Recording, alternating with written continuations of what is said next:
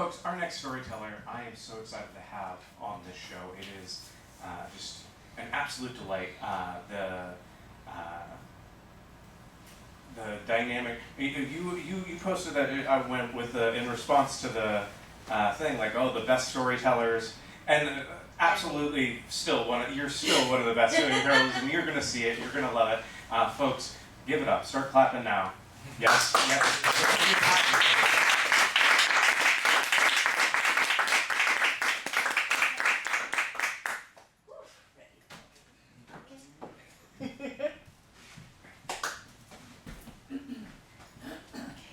Oh my goodness. I can't see anything. Alright, let's just give up that, but I can use that. Okay. Well, I often say that HIV and AIDS pandemic really kind of cut the generational ties between queer baby boomers, queer Gen Xers, and millennials. I'm pretty lucky that I got sober at the age of 24. I'm a Gen Xer, and so I was able to find some baby boomer survivors, and they taught me all the things I needed to know about queer male pop culture. So disco, good. Rosalind, Betty, Barbara, good. Judy, we're good. Check. Yes, I can fasten my seatbelt for a bumpy ride. As the trolley goes clang, clang, clang. And for those of you who are confused, I will give a short tutorial afterwards. So in my 30s, I tried to build a family with my spouse. And after 15 years of every sort of treatment and donor embryos and all sorts of things, we ended up with no children, and I was approaching 50, and I was restless and depressed and didn't know where I was going in my life, and so I regressed in some pretty bad behaviors that, not drinking, not drugging, still sober, but still bad behaviors. Bad behaviors that necessitated me for my marriage to change a little bit and for me to live apart, for us to live apart. So now I'm like 50 years old. So Jesse was 19 years old when he came to the church that my spouse and I went to, and became really good friends with Maribel, my spouse. They had like this mutual bullying thing because they were both volunteering and working at the church, in the church office.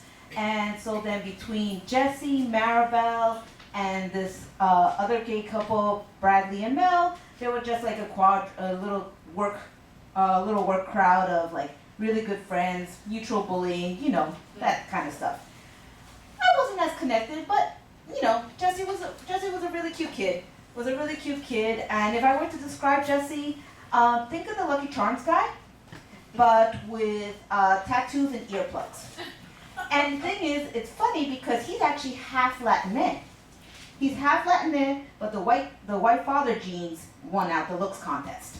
So when it was time for me to look for a new place to live, Jesse was now 27, and he also needed a new place to live, so we decided to move in together. This is my first time living with someone who I wasn't blood related to or who I wasn't sleeping with. So I didn't know what a roommate dynamic was, so I just fell into the dynamic I fell in with all young gay guys. I became their mother. And the thing is, I really do get into this habit of doing that. At work, I had a gay male supervisee, I'm a social worker, who basically followed me around so much that our director said that that I was a shark and he was my little pilot fish, just right here, just holding on to me. He was my 6 foot tall shadow, gay male shadow. So I cooked for 2 people. I did grocery shopping with Jesse in mind, and because I knew that he was a barista and his budget sometimes just did not make it to the grocery list. So I didn't care. He would whine to me about it. He'd be like, no, I feel so bad that you're buying groceries for me. And I'm like, I'm not buying groceries for you. I'm buying groceries for me because I'm a Latinx it's in my DNA that I cannot cook for less than 5 people. So the only thing I'm buying that I would never buy myself is peanut butter and tuna, which are the 2 things that he was basically living off of because he had no money. And so I started covering I would cover more of the utilities. I covered a little more of the rent. I wanted to get 2 cats even though he was allergic, and he offered to take allergy shots, but he didn't have to. He ended up just micro huffing the kitten's fur for like a good 2-3 weeks, and he was able to develop a nice immunity to cat dander.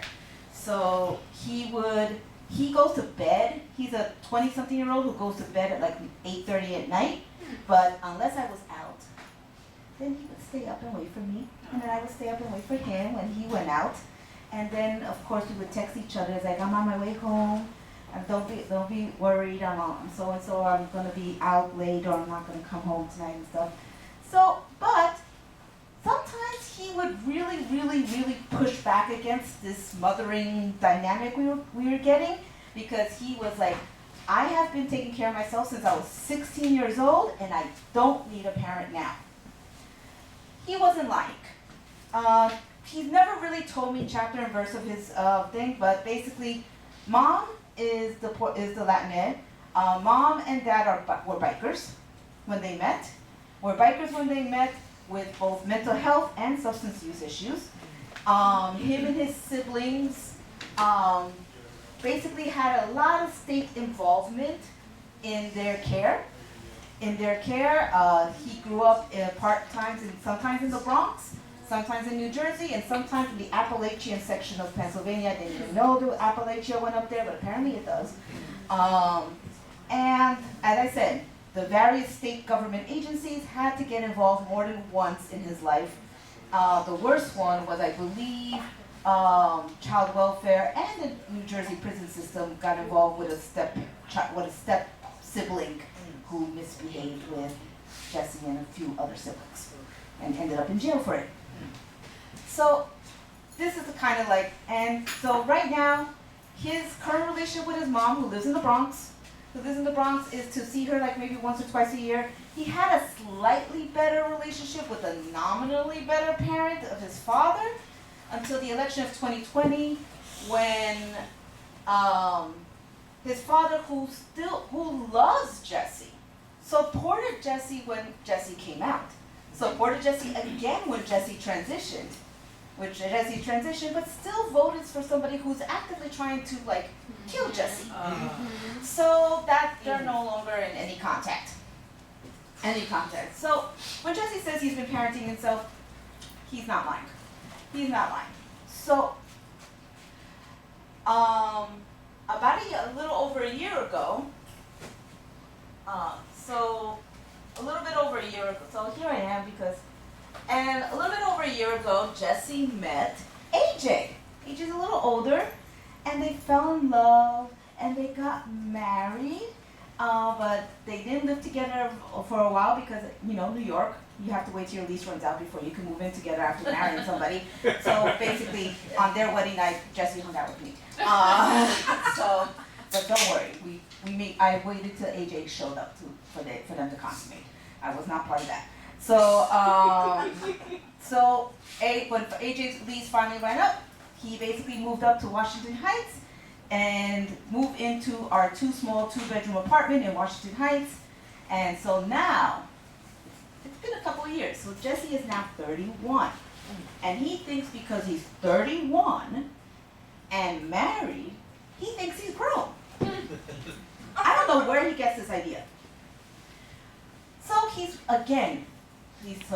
the tantruming of like, stop mothering me, I have a husband now, stop, and I have to admit, I was a little hurt to see Jesse separating from me.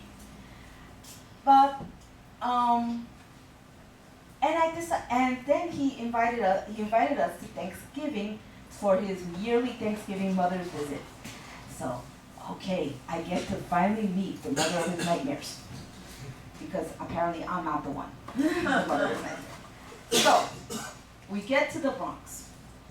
The apartment is kind of like, the decor is witchy, New Yorican, Arkham Asylum. a lot of plants and jars of herbs, furniture in plastic, and random words, quotes, and drawings written in different colored crayons all over the walls. All over the walls. And I get to meet Pepsi. That's her biker name that she still uses. Pepsi is 4 feet 11 inches. She's fat, but not in a very curvy way. You know, still got the hourglass, even though she's fat. And her aesthetic, she has long black hair, dark brown eyes, medium brown skin tone, and her aesthetic is kind of like New York City, black, goth, emo, mini skirt, boots, and dark lipstick.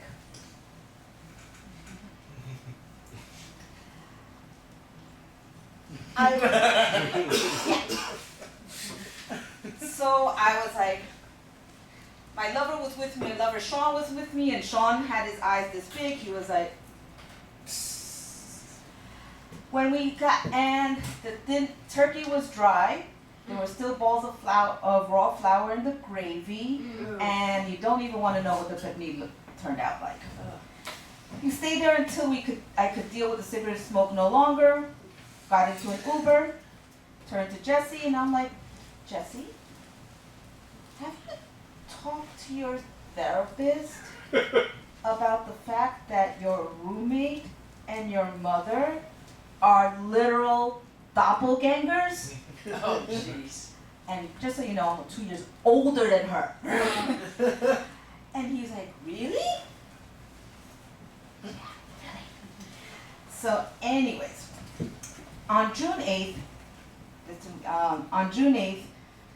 we got a text from my pastor. Bradley, of the old work crowd of the church, had been in the hospital for the last 5 weeks. And it didn't look good. So I went over to visit. And I'm a social worker, and I'm also the daughter of a dead father. And I took one look at Bradley, texted Jesse, you need to come here sooner rather than later. And so for that week, from June 8th to June 15th, me, Maribel, and Jesse spent every waking hour we could to go to Bradley, tell him everything we wanted to say, hugged Mel as he was accepting the fact that that Bradley was leaving, and bring food whenever we could. And on June 15th, just 1 week after that text message, Bradley went home. During that week, I got a text message from Jesse. He had done a text message to, and this is where I'm going to end it with. He texted me, Maribel, and Mel, Bradley's widower, during this week. I don't really know how to say this without being weird, but with everything going on with Bradley, I've been thinking about how I never really had parents, but it's like God or the universe or someone was like, hey, you're in an incredibly vulnerable place and I can't give you parents, but I can give you the best queer elders in the world. And I'm so grateful to you guys. I don't know where I'd be without you all being my grown-ups. I love you guys. Let's never talk about it in person because this is way too sappy. So it turns out I kept the generational line intact. It also turns out that I am now old enough to be a queer elder. So for that, I hope you all got your umbrellas, avoid the salads, and make sure you have your prep for tonight.